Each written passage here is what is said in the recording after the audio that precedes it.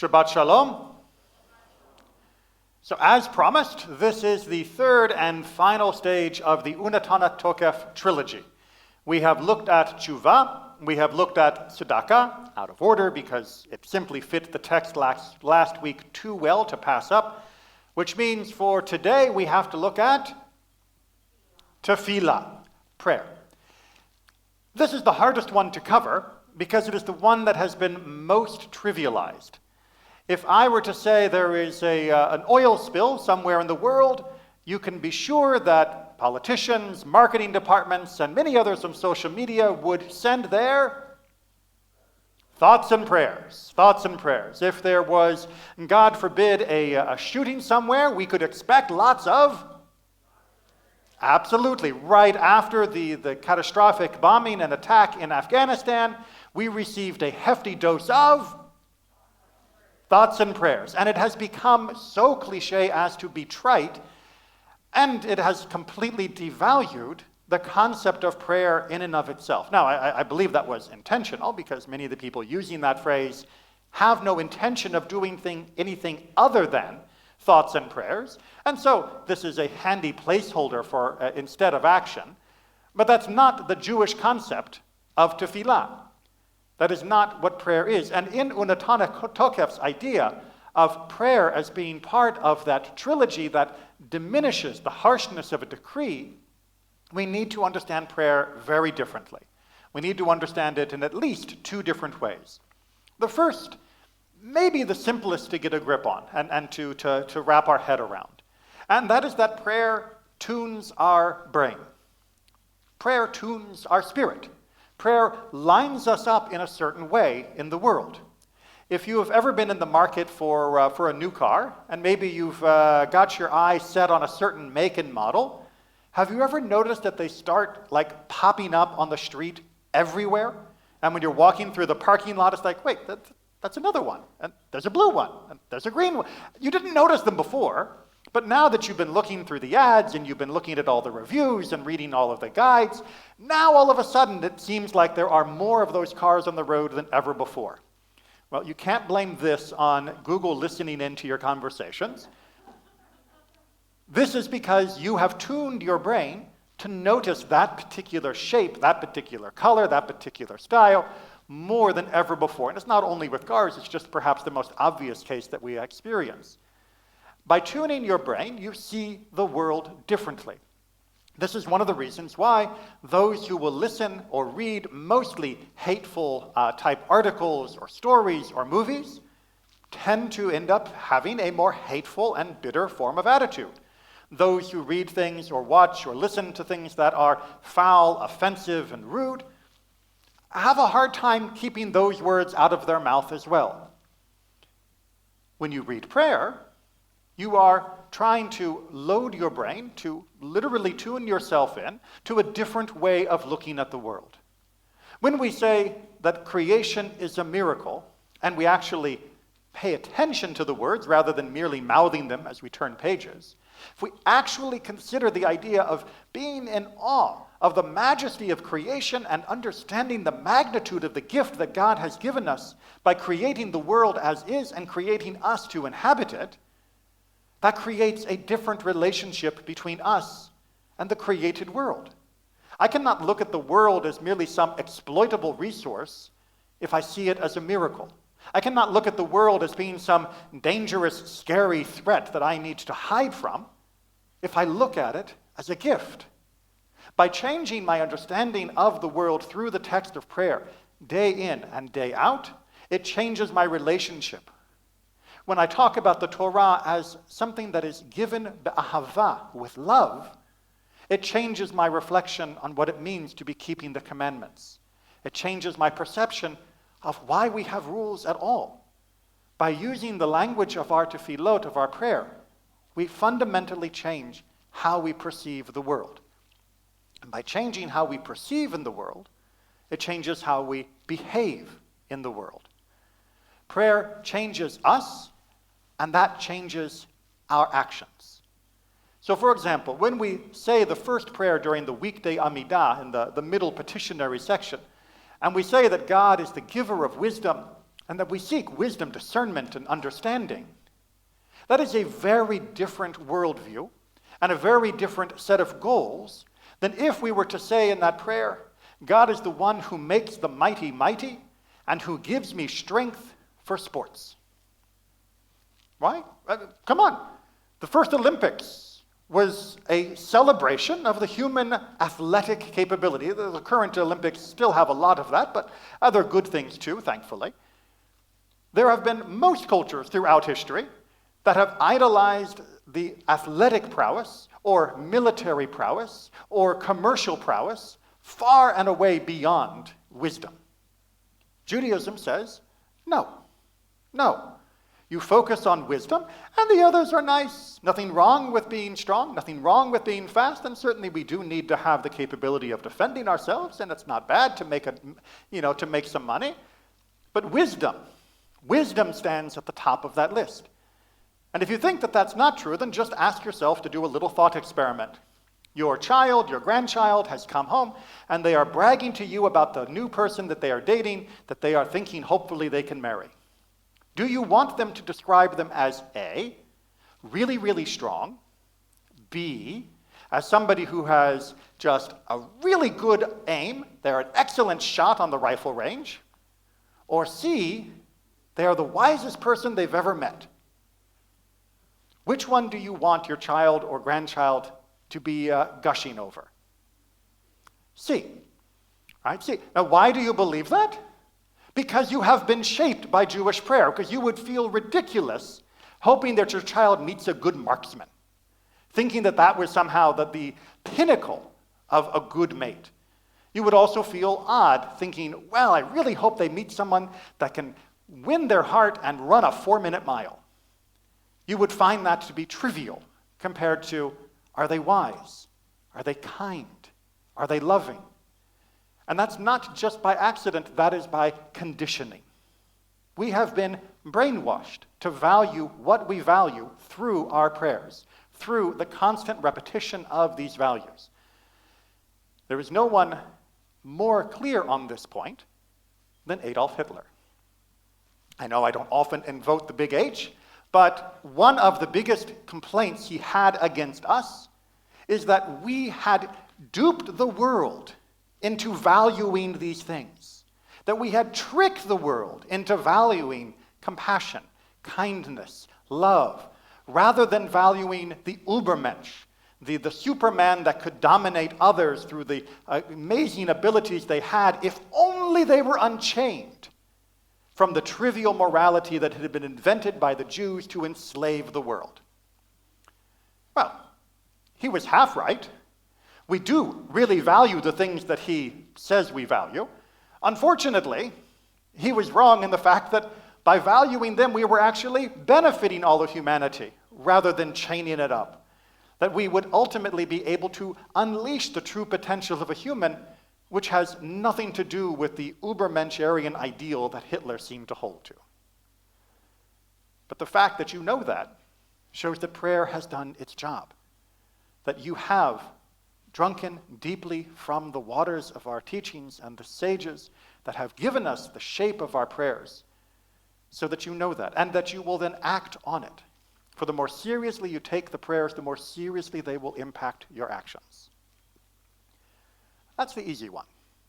We pray, the prayers change our values, they tune us into a different set of goals, we become able to notice them, we notice the opportunities for fulfilling it, and we have the strength, the resolution, and determination to do so. So far, not so complicated, right? But you'll notice that in this case, prayer is no substitute for action. It is a spur for action. When you read a prayer that says, please God, heal those in body and spirit that are in need of healing, that doesn't mean we're saying, God, I'm busy right now, could you take care of this? You're saying, God, I believe that healing is important. I believe that this is necessary. And having said that, you would be a hypocrite to not then do everything you could do to ensure that you and others around you would be healthy. whether that be wearing a mask, getting a vaccine, or all of the other protocols we have for COVID, or whether it be taking care of somebody under even normal circumstances who are sick, visiting those that are in need, being there to provide preemptive and preventative care to make sure that no one gets sick. This becomes obvious once you have spent day after day recognizing the value of health such that you would petition God that this be granted. You automatically become an instrument for trying to make this so. But part two is the hard one to get our head around. There's an old joke that goes, there was a man that was very, very faithful to God, and something we can all relate to here in Florida, there came a hurricane warning. And so the man said, God, please save me from the hurricane. And on the TV, there was an announcement, the hurricane is definitely making landfall in this county, where he lived. Everyone in this county needs to evacuate immediately. The next day, he repeated his prayer, God, please save me from this hurricane. And as the rain was already beginning to come and the wind was whipping up, an emergency vehicle came through his street with the loudspeaker blaring, anybody who needs a lift out of here, anyone who hasn't evacuated, quick, come out, we can take you to safety. The man stayed in his house. He offered another prayer and he said, God, please save me from this hurricane. Well, by this point, the waters had already begun to rise, the flood, the wind was everywhere. But overhead, he heard a helicopter. He looked out and they said, quickly, climb up the ladder, we can get you to safety. And the man said, no, it's okay. God will save me. He died in the flood. He went up before heaven, and he stood before God, and he said, God, I don't understand. I prayed and I prayed and I prayed. Why didn't you save me? And God said, I sent you the announcement, I sent you the emergency vehicle, I sent you a helicopter. What was I supposed to do? But God sent the announcement and the vehicle and the announcement, the emergency vehicle, the helicopter, because he prayed. He didn't notice it, he didn't take advantage of it because he was missing part of his brain, but because he also misunderstood what was going on. The hardest thing for us to wrap our head around for prayer is that what the man was doing was working. He was changing his situation, his reality, not by merely changing his outlook, his sense of self and his perspective on the world. He was co-authoring creation. Normally, in our regular life, if I lift a ball and drop the ball, what happens? The ball falls. Very good. Does the ball fall before or after I drop it?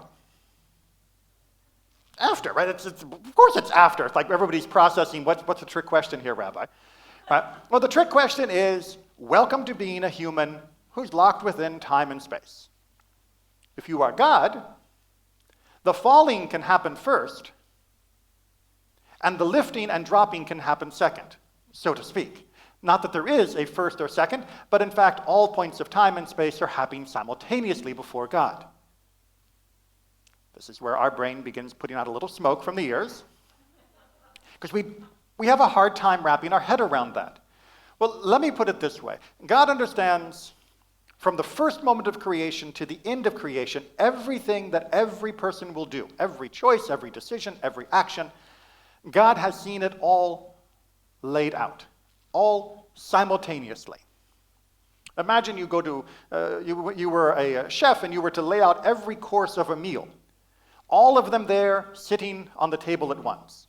That's not how you would present them to the customer. To the customer, you're going to give them the appetizer, you're going to give them the soup, you're going to give them the main course, and bring out desserts and all of those different stages. I don't know how fancier it gets because I've never been at those restaurants, but you know what I'm talking about. The chef will bring them out in order, and the customer will think that the order is the order, that you can't have dessert. Dessert cannot exist before the main course. That may be what your parents told you too. But from God's point of view, dessert, the main course, appetizer, soup, it's all the same. It's all on the same table, all at once, always.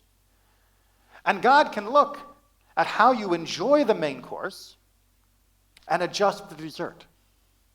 For you, it seems like it's sequential. But from God's point of view, your decision during the main course changes the dessert on the table. You are co-authoring with God creation because all of creation was set in motion at the beginning of time. But since God stands outside the beginning of time, God can take your eventual decisions, reactions, and all of the things that you do into consideration at that beginning moment before beginning, such that by the time reality catches up to you, some 14 billion years later, dessert's a little bit bigger, a little bit smaller. Things have been altered from what they might have been had you not chosen to make the decision that you made.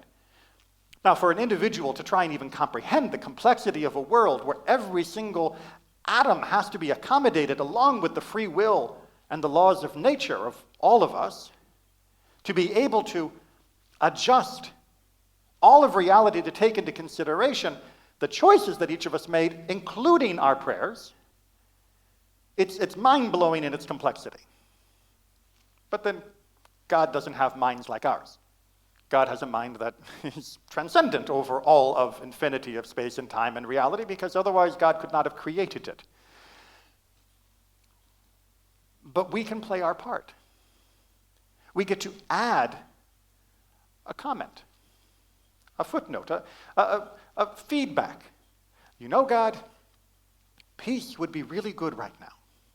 That's not an empty prayer. Yes, it is also designed to tune us so that we will be more perceptive of the opportunities for peace and that we will be more obviously an instrument of peace both in our personal and communal life. But we're also saying to God, I've done everything I can, which hopefully legitimately you have. A little more peace wouldn't hurt. It would be very, very welcome. And God says, I'll see what I can do about that. Let me just change some of the dials before creation began. And we'll see if maybe, now that I know you're going to pray for this, which God, of course, did know at the beginning of time because he's beyond time, I'll see whether or not I can work a little in. Now, there are some limits to this, right? We can't just expect God to be the cosmic jackpot, giving us what we want just because we asked for it really, really, really nicely. But within the limits of our free will and everyone else's free will, and given the limits of the laws of nature, I can't, wish that the sun not be hot, because that's just not what the sun is. But within those limits, around the edges of reality, there is room for editing. In the last line of the Haftorah, it is said that God will bring our redemption hastily in its time. The commentators go, wait, something is either on time or it's early. It can't be both. You can't speed up something that's scheduled. That's not what a schedule is. But God can. God has a schedule for redemption for the world. If you'd like it to be faster, do something about it. And then, yes, God can accelerate it. The whole course of history will eventually reach the point of universal redemption. But if you'd like that to come a little bit earlier, then act and pray as though that you really meant it. And God will change the dials wherever it doesn't conflict with free will and the laws of nature. And don't worry too much about that laws of nature thing, because God can embed the most improbable of acts within the laws of nature to ensure they will come to fruition at just the right moment. Rambam, the great scholar of the Middle Ages, said that how was it that God wrote the Ten Commandments? Not came up with the idea, that's pretty easy to understand, but how was it that 2 stone tablets were waiting for Moses at the top of Mount Sinai? Was it the Charlton Heston view, where Moses is sitting there and God is doing his 6-gun shooter lightning bolt engraving on the stone tablets? No, not at all. Instead, God made sure that there would be, through the normal course of nature, geology, erosion, all those other things, perfectly carved tablets waiting at the top of the mountain for Moses. Is that less miraculous than the Hollywood version? Or is it more miraculous that God could set something in motion from 14 billion years ago so that it would work out to the day to be precisely where it was needed and what was needed? Personally, I think Rambam's version is much more powerful and impressive. So too with the crossing of the sea, says Rambam. The sea was going to split that day one way or another because of the natural forces that was working on it. The miracle was that God got us to that shore at just the right time. If we had been a day early, we would have been killed. If we had been a day late, we would have been killed. But we got there at just the right time. Is that less miraculous than doing the Prince of Egypt version with the giant walls of water and the whales, going around in it? If you were a refugee, let me tell you, you would absolutely think it was miraculous that this water, which was never like this, was just dry enough for you to get across, but not so dry that the chariots could. You would not have cared, and you would not have been complaining about the lack of drama and special effects. You would have said, God saved us. Look what happened at just this moment. So indeed, the natural world is set in motion. I expect gravity to continue to work, but I also recognize that sometimes a comfortable haystack can break a fall that had no business being where it was. When we pray, we're asking God to make those adjustments where possible. We have to understand that we're not always going to get what we want, that it's not always possible within those limitations, and that oftentimes what we pray for, even if we have guided and tuned our mind into the correct frequency of what we should be aiming for, not always what we think we should have is what we should have. And that sometimes is very disappointing. But those are the points where we say, it will be what it will be. Prayer is more than just a cliche for the marketing department. It is more than just an empty statement to avoid responsibility or action. It changes us and it changes the world, neither in ways that we can easily track and follow, but in ways nonetheless that change the decree that may be in front of us. Prayer is one of the most powerful tools that we have been given, and it's one that we often treat with the most disdain and the most lightly. Allow yourself to see it with fresh eyes. Allow yourself to be open to its power, and allow yourself the audacity to pray. Shabbat Shalom.